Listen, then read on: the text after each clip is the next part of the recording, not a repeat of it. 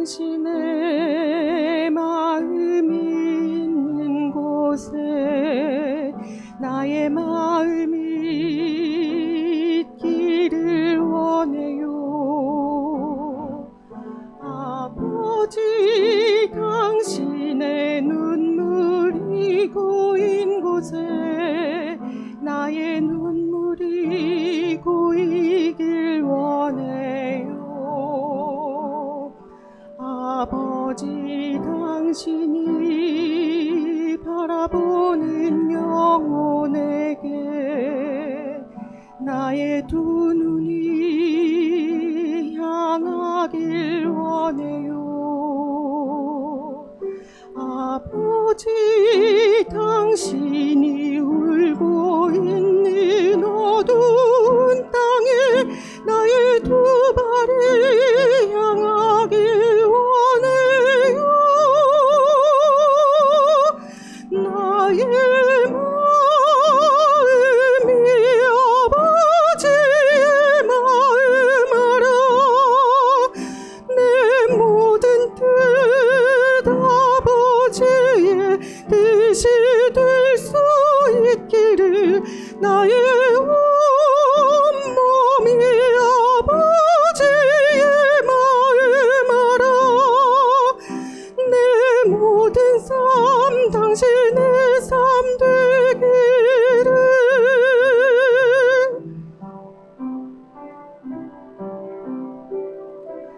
아버지, 당신의 마음이 있는 곳에 나의 마음이 있기를 원해요. 아버지, 당신의 눈물이 고인 곳에 나의 눈물이 고이길 원해요. 아버지, 당신이 바라보는 영혼에게 나의 두 눈이 향하길 원해요. 아버지, 당신이 울고 있는 어두운 땅에 나의 두 발이 향하길 원해요. 나의 마음이 아버지의 마음 알아. 내 모든 뜻 아버지의 뜻이 될 수 있기를 나의 온몸이 아버지의 마음 알아. 내 모든 삶 당신의 삶 되기를.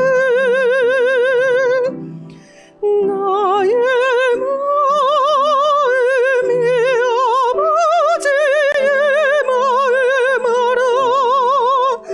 내 모든 뜻 아버지의 뜻이 될 수 있기를 나의 온몸이 아버지의 마음 알아. 내 모든 삶 당신의 삶 되기를.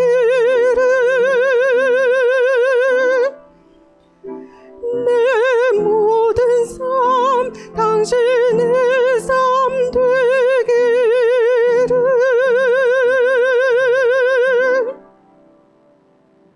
아멘.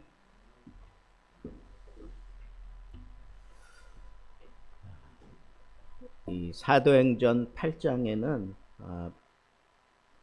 빌립 집사가 어떻게 전도를 펼쳐가는지 구체적으로 그 내용이 나타나고 있습니다.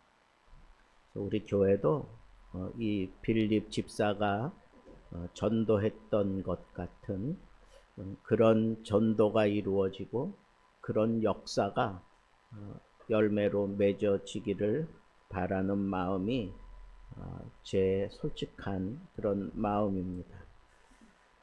스데반 집사가 죽고 난 다음에 그 유대교에서 대대적으로 이제 이 예루살렘 교회를 향하여 핍박을 가하기 시작합니다. 그 중에 제일 앞장섰던 사람 누구죠? 사울이라고 하는 청년도 있고, 그리고 얼마나 그 위세가 당당했는지 대제사장에게 찾아가서 내가 기독교인들을 완전히 잔멸시켜야 되겠으니 그 권한을 나에게 달라. 그래가지고 그 공문서를 받아가지고 이제 기독교인들을 색출하고 다 잔멸시키려고 그렇게 떠났던 그런 열심 가지고 있는 청년도 여러분들이 잘 알고 있습니다. 교회가 이렇게 큰 핍박이 일어나서 사도들 외에는 거기 모든 성도들이 뿔뿔이 흩어졌다 그랬어요. 여러분, 그 당시 예루살렘 교회의 그 숫자는 엄청났어요. 그렇잖아요? 베드로가 한 번 설교에 3,000명이 세례를 받을 정도로 그렇게 폭발적인 그런 성장을 이루었던 그런 교회가 막 그냥 뿌리채 흔들리면서 흩어지기 시작합니다. 다 흩어지는 거. 거기 있을 수가 없어요. 그러니까 유대교의 그 핵심 멤버들이 이 사내들인 공회와 그리고 로마를 등에 업고 이렇게 집중적으로 막 색출하면서 박해를 해오니까 거기 모여 있으면 그냥 다 붙잡히고 죽는 거예요. 그러니까 어쩔 수 없이 예수 믿는 사람들이 흩어집니다. 주요 멤버들만 빼놓고는 다 흩어지고 있다고 보면 됩니다. 근데 그 흩어진 사람들이 가는 곳마다 예수를 전했다. 지금 성경에 그렇게 얘기를 하고 있어요. 가는 곳마다 예수를 전했다. 여러분, 큰 그림을 그리자면 이 박해는 어쩌면 하나님이 그냥 허락하신 거예요. 하나님의 섭리 가운데 이루어진 거예요. 왜 그럴까요? 지금 복음이 어느 한 교회에 그냥 가득 들어차 있는데 그냥 자기들끼리 거기서 서로 먹고 마시고 기쁨으로 믿음 생활하고 있으니까 하나님이 이걸 그냥 흔들어서 흩어버리는 거예요. 왜 그래요? 분명히 예수님께서 말씀하셨잖아. 그러므로 너희는 가라 그랬어요. 너희는 가서 모든 족속으로 제자를 삼아. 모든 족속으로 제자를 삼아 아버지와 아들과 성령의 이름으로 세례를 주고 내가 너희에게 분부한 모든 것을 가르쳐 지키게 하라. 12 제자에게는 그렇게 부탁을 했고 또 예수를 따르는 500문도들이 이렇게 예수님 승천하는 그 광경을 쳐다보고 있을 때 천사가 나타나서 뭐라 그래요? 오직 성령이 너희에게 임하시면 너희가 권능을 받고 예루살렘과 온 유대와 사마리아와 땅끝까지 이르러 내 증인이 되라. 그 당시 하나님께로 받은 명령은 증인의 삶이었어요. 교회를 만들고 교회를 크게 불려서 이렇게 열심히 성도들끼리 서로 위로하고 격려하고 함께 성장해가는 그런 명령이 아니라 증인의 삶에 대한 명령을 받았어요. 뿔뿔이 흩어질지라도 모든 족속으로 나아가서 복음을 증거해야 되는데 그러지 못하고 있으니까 하나님께서 핍박을 주는 거예요. 박해를 주는 거예요. 여러분, 내 삶을 한번 이렇게 돌아보세요. 어떤 때는 나는 좀 열심히 믿음 생활한다고 하는데 내 사업이 잘 풀리지 않고 내 가정에 생각지 않은 그런 큰 위기가 오고 주변에 뭐 이런 박해가 막 밀려 들어올 때 그때 여러분 한번 생각할 줄 알아야 돼요. 내가 정말 하나님 앞에 내 사업을 위해서만 기도하고 병낫기만을 위해서 기도하고 그리고 내 삶의 안정을 위해서만 기도했었는데 정말 하나님이 원하시는 기도는 그게 아닐 수도 있다고 생각할 줄 아는 것이 그것이 바로 적어도 전도에 대한 꿈을 가진 그런 사람들의 의식이에요. 여기 흩어진 사람들이 가면서 다 복음을 전했다 그랬어요. 복음을 전했다. 그냥 예루살렘 교회에서 그냥 혼연일체가 되어가지고 니꺼 내꺼 없이 그냥 그렇게 서로 격려하고 위로하고 그냥 기쁘고 만족하는 것 그것만 누리고 있었다면 복음은 누굴 통해서 이 복음을 증거해야 되는데요. 그럴 수 없잖아요. 그러니까 하나님이 이렇게 박해를 통해서 흩어버리시는 거예요. 여러분, 내가 참 힘들고 어렵다라고 생각할 때 하나님이 내 삶을 좀 흐트러뜨려 놓고 나로 하여금 뭔가 하나님의 뜻에 걸맞는 그런 삶을 살아가라고 하나님께서 나에게 이렇게 심각한 박해 가운데 나를 몰고 가신다라고 생각하시라는 말이에요. 제가 중학교 시절에 참 특별하게 학생들을 인도하고 가르쳤던 선생님 한 분 계셔요. 참 제가 볼 땐 비상하신 분이야. 똑똑하고 그리고 학생들 사이에서 조금 이상하다 싶을 정도로 그렇게 막 행동하시는데 사실은 그게 다 학생들과 깊은 교제를 하기 위해서 그랬던 분이에요. 그래서 선생님 나 사탕 하나 사 먹어야 되겠습니다. 그래? 그러면 그 당시 10,000원이면 큰 돈이거든요. 근데 10,000원을 선뜻 주는 거예요. 그래 사 먹어 10,000원을 준 거예요. 근데 이 녀석이 큰 돈을 들고 가서 사탕을 몇 개 사고 나머지 9,000 얼마를 갖다가 선생님께 드린 거예요. 그랬더니 선생님이 얼마나 그 녀석을 혼내든지 이 자식아 너는 배포가 그만큼밖에 안 돼? 너는 그만한 사이즈 가지고 너 앞으로 뭐 할 거야? 막 그러면서 이따위 10,000원도 하나 제대로 해결하지 못하고 이걸 남겨가지고 와? 막 그러면서 막 혼내는 거예요. 우리는 저 학생 잘했다, 착하다. 사탕 그까짓 거 얼마나 하겠어요? 한 봉지 사도 그때 몇백 원 안 됐는데 그냥 남겨준 거예요. 선생님한테 착한 학생 코스프레 한 거야. 그랬더니 선생님이 막 뭐라 그래. 너 앞으로 나한테 와서 뭐 사 먹겠다, 뭐 하겠다, 나한테 와서 요청하지 말라는 거예요. 너같이 그렇게 쪼잔한 녀석은 나는 싫어. 그러면서 아예 노골적으로 막 그런 거예요. 여러분, 저는 그 광경을 옆에서 물끄러미 보면서 참 정말 선생님이다 그런 생각을 했어요. 제자가 커지기 원하는 게 그게 선생의 본 마음이잖아.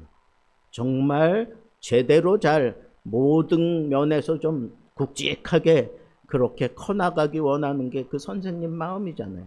공부 못했다고 뭐라고 혼내는 거 아니고 그 배포가 그래가지고 어디 쓰겠느냐고 막 혼내시던 그 선생님. 근데 이 선생님이 나이가 많아졌어요.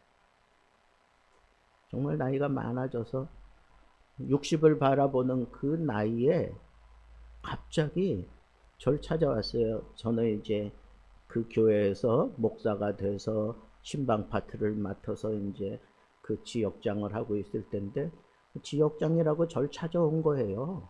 아니 그 선생님이 그래서 무슨 일이냐고 그랬더니 목사님 제가 신학교를 좀 가야 되겠다는 거예요. 그래서 제가 속으로 무슨 말씀을 하시느냐고 그러면서 그냥 대충 넘기려고 그랬어요. 그랬더니 아니 진지한 거예요. 이 나이에 신학교 가겠다고 하는 게 좀 우스운지 모르지만 그때 그 선생님이 저한테 그런 얘기를 했어요. 목사님, 제가 할 수 있는 모든 일을 다 해봤어요. 심지어 저기 동대문 시장 가면 이렇게 아주 싼 그런 물품 몇백 원에 사가지고 버스 안에 혹은 뭐 지하철 안에 들어가서 그거 파는 거 있잖아요. 그거 몇천 원에 이렇게 팔고 그러는 거. 그거 했대. 그것까지 다 했다는 거예요. 근데 목사님 되는 게 아무것도 없어요. 되는 게 아무것도 없어요. 그래서 내가 깨달았어요.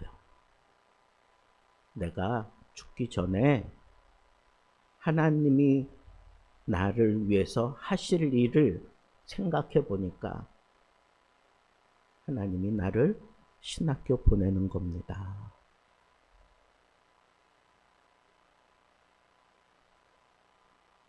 이거 눈물이 핑 돌더라고요. 그래서 그분이 신학교 갔어요. 목사가 됐어요. 여러분 공부하는 것만 해도 목사 되려면 제대로 코스 잡으면 10년 가까이 걸려요. 근데 그걸 해내는 거예요. 그리고는 불과 전도사 시절부터 그러니까 신학교 다니면서 전도사가 되어가지고 뭐 그냥 시골 이런 데로 가가지고 목사님보다 더 뭐 열심히 그렇게 사역하시다가 이제 은퇴했죠. 벌써 은퇴하셨어요. 여러분 하나님은 정말 우리가 원하는 삶 살지 못하면 어쩌면 아무것도 안 되게 만드시는 분이에요. 제가 볼 땐 그만큼 똑똑하고 그만큼 참 의식 있고 학생들에게 선생 역할 제대로 한 선생님 별로 난 기억이 없어요. 나는 그분이 정말 선생님이다 라고 생각했어요. 근데 그분이 사회적으로 별걸 다 해봤는데 아무것도 안 되더라는 거예요.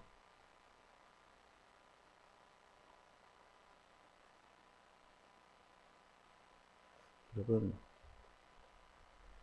내 삶에 이런 박해가 있고 잘 안 풀리고 힘들 때 하나님이 나에게 원하시는 그런 삶을 내가 제대로 살지 못하고 있는 거 아닌가 한번 돌아보세요.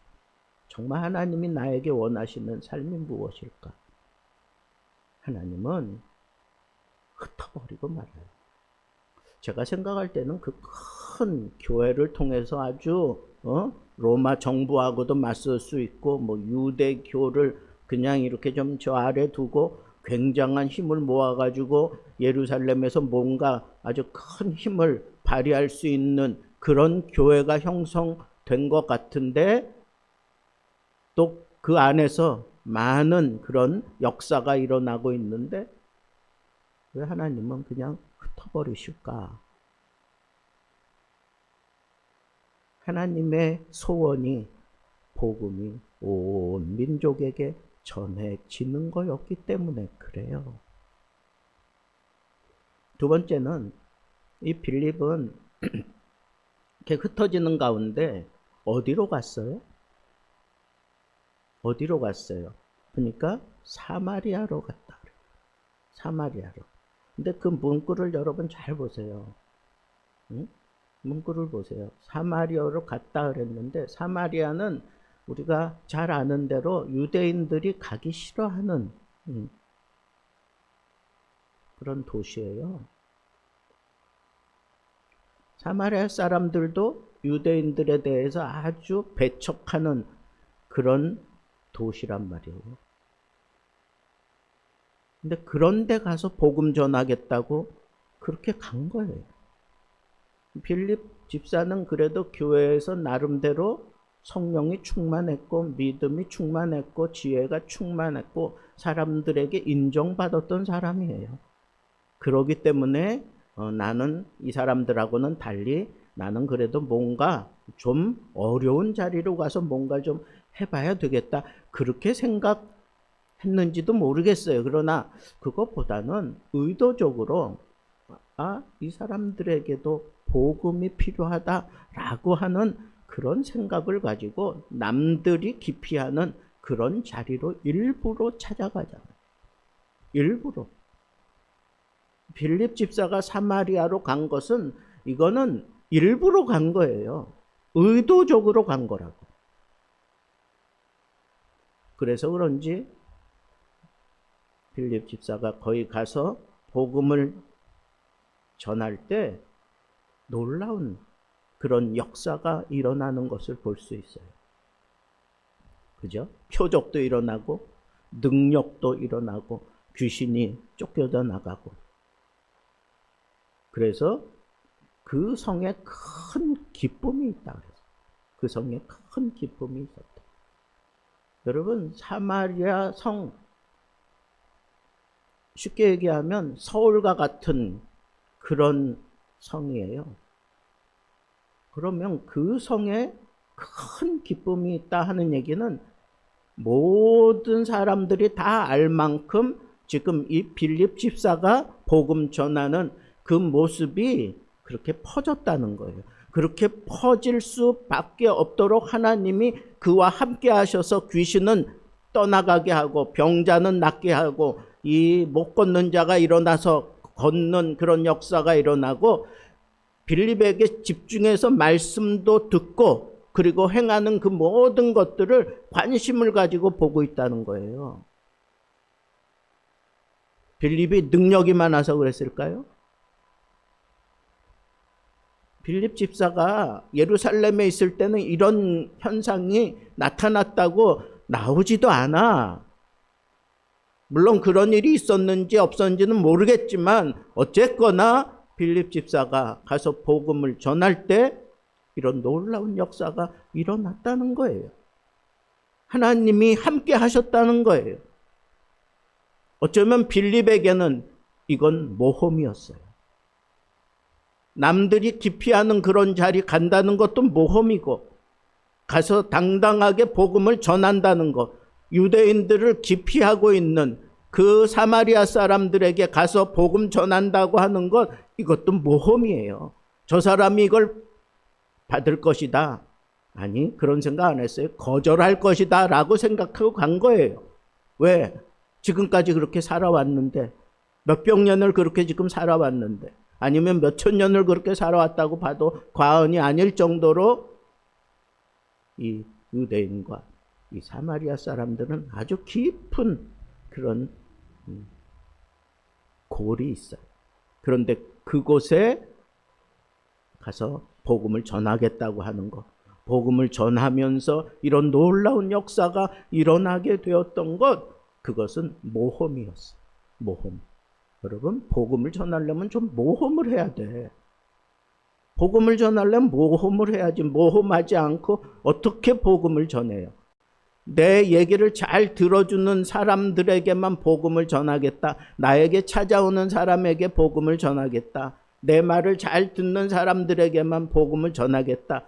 그건 모험이 빠진 전도야. 그러나 하나님이 기뻐하시는 전도는 모험이 들어간 전도를 기뻐하셔요. 이거 보세요. 빌립이 이 모험을 하잖아요. 모험을. 남들은 다 기피하는 그 사마리아로 가는 것부터 시작해서 거기 가서 복음을 전했을 때 이 사람들이 분명히 거절해야 마땅한데 그 거절하는 사람들에 대고 복음을 전한다고 하는 거, 이거 쉽지 않아요. 정말 쉽지 않아요. 여러분 생각해 보세요. 유대인들은 그리스도가 나의 그리스도야. 그죠? 나의 그리스도야. 사마리아 사람들은 그리스도가 그 사람들의 그리스도라고 생각할 정도로 사람들은 다르게 믿음 생활을 하고 있어요. 너희는 그리심산에서, 우리는 에발산에서 뭐 이렇게 따로따로 예배를 드리고, 그죠? 그리스도에 대한 이해도 자체도 다른 거예요. 우리는 렘넌트, 우리는 남은 자야, 너희는 버려진 자야. 이런 생각을 가지고 있는 게 유대인과 북이스라엘, 이스라엘 사람들의 생각이에요. 사마리아 사람들은 버려진 자, 유대인들은 남은 자, 이렇게 생각하고 있는, 그걸 서로 잘 알아. 우리가 지난 시간에 말씀을 통해서 깨달은 바, 예수님과 사마리아 그 수가성 여인과 대화하는 가운데 그런 앙금이 있는 것을 우리가 느끼잖아요.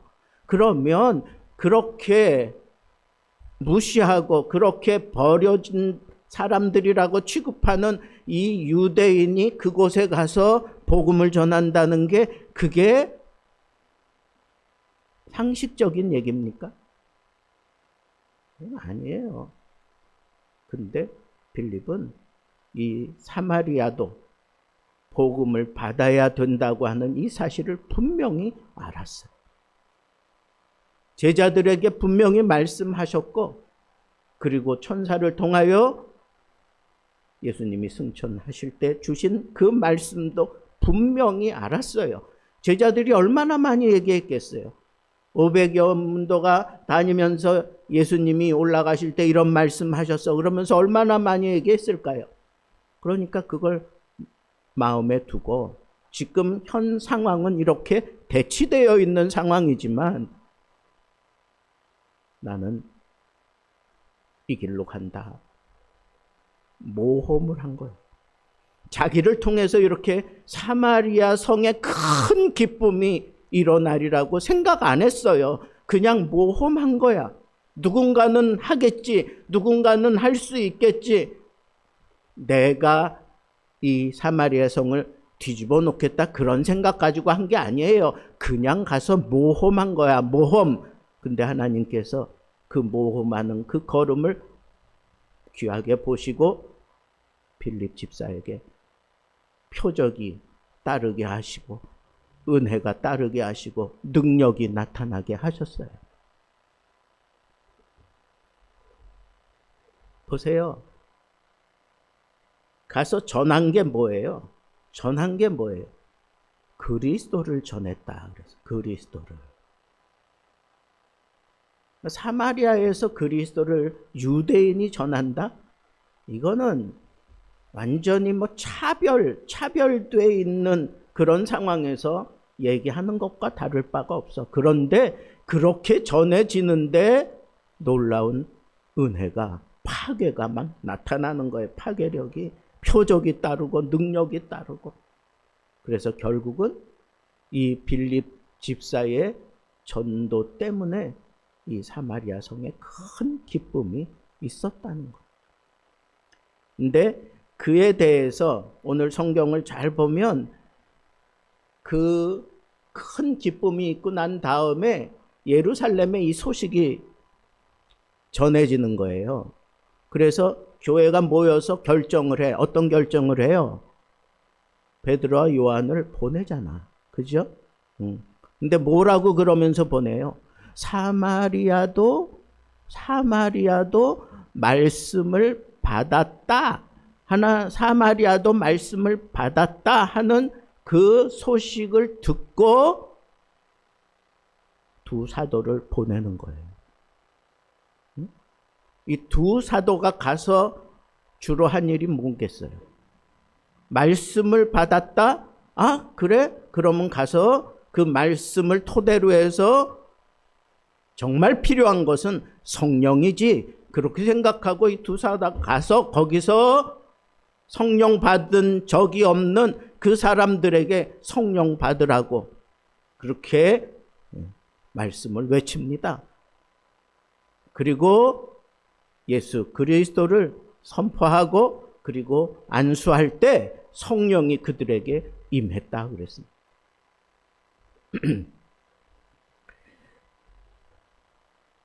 여러분, 우리는 복음을 전할 때 이렇게 성령 받는 길을 열어주는 그런 몫을 감당한다고 생각하셔야 돼요. 빌립이 한 일은 가서 말씀을 전한 것밖에 없어. 말씀을 전했는데 그 말씀을 받아들이는 과정 속에 귀신이 떠나가고 그리고 병자가 낫고 안진병이가 걷게 되고 그리고 이런 놀라운 그런 이적들이 나타난 거예요. 응? 빌립은 주로 한 게 뭐예요? 말씀을 전한 거예요. 말씀을. 예수 그리스도를 전한 거예요. 그런데 그런 것들이 따라 붙은 거고 그 다음에 말씀을 거기에 대해서 사마리아도 말씀을 받았다라고 인정을 하고 두 사도가 가서 그 다음에 성령 받으라고 그네들에게 성령 충만하게 그런 하나님의 복이 쏟아지도록 그렇게 역사하는 것을 볼 수가 있어요. 저는 이런 생각을 했어요. 내가 복음을 전할 때 이 사람이 받든지 안 받든지 그것도 하나님의 뜻이고, 그죠? 그리고 나는 거기까지 하면 되는 거야. 그래서 그 사람이 복음을 받았어. 안 받는다고 실망할 필요 없어요. 받았어요. 그러면 그 사람에게는 다음 과정이 필요한 거예요. 성령 받는 일은 두 사도가 가서 성령 충만함을 쏟아 부을 수 있게 그 길을 열은 건 빌립 집사예요. 여러분들이 나가서 복음을 전해가지고 사람이 그 말씀을 받고 들어오면 그 다음에는 이제 이 교회 지도자들이 그런 일들을 하는가, 그 다음 단계의 일을 하는 거예요. 성령 충만한 그런 삶을 살아갈 수 있도록. 그래서 우리는 복음을 전하면서 안 받는다고 실망할 필요도 없고, 그리고 내가 복음을 전했는데 이 복음 전하는 과정 속에 어떤 표적이 나타나고 능력이 나타난다고 우쭐거릴 필요도 없고, 이 복음을 받은 자들에게 이 성령 충만한 역사가 일어나게 했던 것은 이 사도의 역할이었던 것을 우리가 생각해 볼 때, 여러분, 중요한 건 뭐예요? 복음을 전하고 그 다음에 하나님께 맡기는 거야. 복음을 전하고 난 다음에 그냥 맡기는 거예요. 그래서 성령 받는 길을 열어주는 전도를 한 사람이 바로 빌립 집사예요. 그리고 이 복음을 성령 충만함 이걸 위해서 갔다가 이 사도들이 돌아올 때에도 들리는 곳마다 복음을 전하면서 돌아오는 걸 보면 이 사도들에게 큰 도전과 기쁨을 주었던 그런 전도가 빌립 전도라고 볼 수 있습니다. 자, 그 다음에 이제 중요한 것은 이 빌립을 갑자기 성령께서 막 몰아세우는 거예요. 성령께서 가라, 광야로 가라 그래서 광야로. 여러분, 광야가 얼마나 넓어요. 아직 저는 성지를 아직 안 갔다 왔지만 그래도 이 스크린을 통해서 봤을 때 그 유대 나라 자체가 이렇게 광야를 끼고 있어요. 저쪽 변두리로 쭉 가면 유대 광야가 있고 그래요. 그 광야로 가라 그런 거야. 근데 거기는 먹을 게 있어요? 아니면 거기서 살 만한 그런 자리가 아니잖아요. 그런데 거기를 가라 그러니까 우리가 생각할 때는 거기 사람도 없는데 거기를 왜 가? 전도하는 그런 길에 들어서 사람 보고 광야로 가라 그러니까 이게 이치적으로는 맞지 않는 것 같아. 근데 그냥 순종하고 가는 거예요. 순종하고 가요. 갔더니 저쪽에서 마차 하나가 많은 사람들에게 둘려서 오고 있는 거예요. 근데 그 마차에 이디오피아의 내시, 오늘날로 얘기하면 이 내무부 장관쯤 되는 사람이야. 이 사람이 6월절 행사를 마치고 돌아오던 뭘 어떻게 했든지 간에 이렇게 돌아오는 길에 이 사람이 성경을 읽고 있었어요. 성경을. 여러분, 이 복음이 이디오피아 이쪽 아프리카 지역에 아주 빨리 증거가 됐어요. 빨리 전해졌다고. 그래서 그런지 하여튼 이 내시가 오면서 성경을 읽고 있는데 그 성경 읽는 소리가 들린 거야. 그러니까 달려가서 그 마차 앞에 쓴 거예요. 여러분, 그 앞에 그냥 막 이렇게 뭐 허름한 사람이 막 이렇게 달려오면 그 사람들이 경계하지 않겠어요?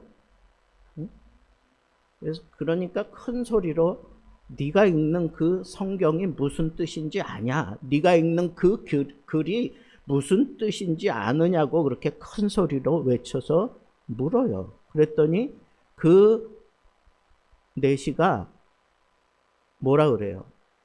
지도해 주는 사람이 없는데 내가 어떻게 알겠느냐? 지도해 주는 사람이 없는데 내가 어떻게 알겠느냐? 그러면서 이 빌립 집사를 마차 안으로 초빙을 해요.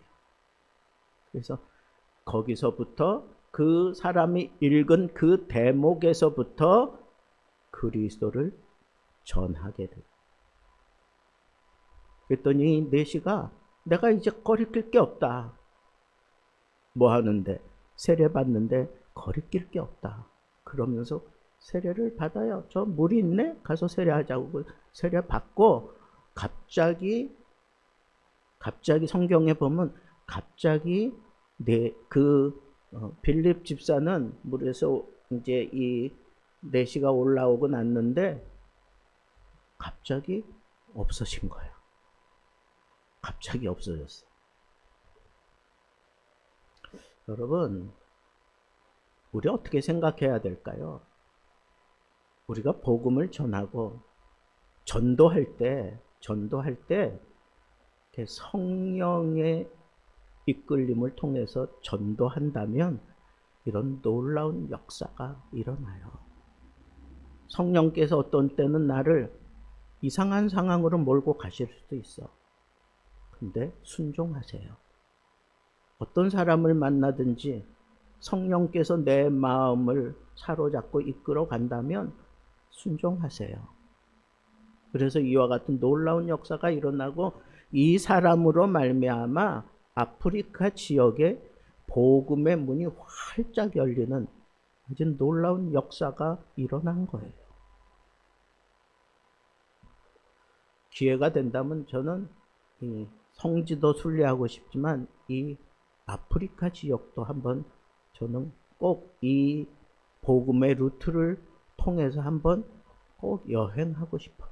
복음이 어떻게 들어갔는지 거기에 아주 신비로운 그런 일들도 거기 아프리카가 많이 이렇게 지금 가지고 있어요. 성령 전도는 확실한 전도예요. 성령께서 이끌어가는 전도는 이런 정말 놀라운 그런 역사가 일어나는 전도예요. 그리고 난 다음에 갑자기 사라졌잖아. 그 다음에 빌립이 아소도에 나타났다 그랬어. 아소도라고 하는 그런 성에 나타나고 거기서 뭐 했느냐 하면 이 성 저 성 지나다니면서 복음을 전했다 그랬어. 우리가 흔히 얘기하는 그냥 거리에서 복음을 전했다는 거예요. 그냥 가는 곳마다 그냥 정처 없이 이리 가고 저리 다니면서 복음을 전했어요. 거리 전도를 했어요. 그게 빌립 전도예요. 마지막 21장 사도행전 21장 8절 9절에 보면 빌립은 이미 전도자라고 하는 그런 평판을 받고 살아가고 있었어요. 그래서 바울 일행이 이 전도자의 집에 가서 거기서 머물러서 쉬려고 거기를 찾아가요. 그러면서 그 빌립 집사를 전도자라고 그렇게 명칭을 불러요. 별명이 생긴 거야. 뭐라고? 전도자라고. 여러분, 이 세상 살면서 가장 영광스러운 별명은 어떤 걸까요? 전도자예요. 근데 이 사람의 전도는 가정 중심의 전도를 하고 있어요. 그 가정을 오픈해서 이 복음으로 말미암아 살아가는 자들이 거기 와서 마음껏 쉬고 그리고 복음을 누리고 그 복음을 나누고 그런 공간으로 할애를 하고 그에게는 딸 넷이 있대. 아들은 없는데 딸이 4명이 있는데 모두 다 예언하는 사람이다. 여기 예언한다라고 하는 것은 말씀을 가지고 사는 사람이라는 거예요. 말씀을 전하고 말씀을 풀어주고 말씀으로 말미암아 사람들에게 가르쳐서 이 사람들이 변화되게 만들고 또 말씀을 통해서 예언하고 이런 일들을 하는 거, 이게 바로 말씀을 맡은 자예요. 이 예언자, 딸 넷이 다 이 예언자다. 여러분도 아시겠지만 자식이라고 부모 말 잘 듣습니까? 내 가운데 잘 들어봐야 하나 정도 들을까? 안 듣는데. 근데 여기 보면 4명 다 말씀을 맡아서 말씀과 더불어 살아가며 복음 사역에 온전히 진력하는 처녀라 그랬어. 그 얘기는 뭐예요? 주님을 위해서 드려진 삶을 사는 거야. 이런 도전을 누구에게 받았을까요? 자기 아버지 빌립에게 받은 거예요. 그러니까 이 사람들도 복음을 위해서 그 딸들도 다 헌신을 하고 그 가정을 다 오픈해서 복음이 필요한 사람들, 복음으로 말미암아 위로를 누려야 될 사람들이 그 가정에 들어가서 말씀을 깨닫고 말씀을 이해하고 말씀을 배우고 말씀으로 말미암아 미래를 예측하고 하는 이런 일들을 이 빌립 집사는 가정에서 지금 이런 일들을 하고 있어요. 늙었으니까 이제는 많이 늙었으니까 가정 중심으로 그렇게 하고 있는 것을 볼 수가 있습니다. 여러분, 빌립 집사는 그의 연령이 높아지면서 이 가정 중심의 복음 센터를 만들어서 이 복음을 효과적으로 증거하고 있는 이 모습을 보세요. 이게 전도의 삶이에요. 여러분, 복음을 위해서 여러분들 가정 오픈할 수 있어요? 지금 당장 오픈할 수 있어요? 마누라 때문에 못해. 자식들 때문에 못해. 그게 오늘날 우리들의 삶의 모습이잖아요. 그죠? 요즘 가정 신방한다 그러면 다 기피해. 웬만한 사람들은 다 기피해. 왜? 가정 오픈하기 싫은 거야. 그거 보여주기 싫은 거야. 그런데 이 빌립 집사는 가정을 통해서 전도하는, 가정을 아예 전도의 센터로 만들어 놓는 이런 멋진 모습으로 그런 별명을 얻어서 정말 하나님이 이 빌립 집사를 천국에서 얼마나 기뻐하고 얼마나 이뻐하고 얼마나 큰 복을 주실까, 얼마나 큰 상을 주실까 기대가 아주 그냥 꽉 차 있습니다. 가서 꼭 한번 확인해 보고 싶어요. 하나님이 얼마나 빌립 집사를 칭찬하고 또 얼마나 그렇게 상을 주실까. 여러분, 여러분들도 인생을 걸고 이 전도에 대해서 한번 좀 생각해 보세요. 전도를 통해서 도시를 변화시킬 수 있는 사람, 전도를 통해서 가정을 온전히 센터로 만들 수 있는 사람, 전도를 통해서 이 응어리진 이 몇백 년 동안 생겨 있는 이 응어리를 풀어낼 수 있는 사람, 전도를 통해서 많은 사람들에게 귀감이 될 수 있는 그런 인생을 살다가 하나님 앞에 서는 참다운 전도자 빌립 집사처럼 우리 모두도 이 빌립 집사의 전도, 이 인생, 전도 인생을 여러분 꿈꾸면서 여러분들 남은 인생 전도로 말미암은 이런 놀라운 하나님의 영광을 드러낼 수 있는 귀한 전도자들 다 되기를 우리 주님의 이름으로 축복합니다.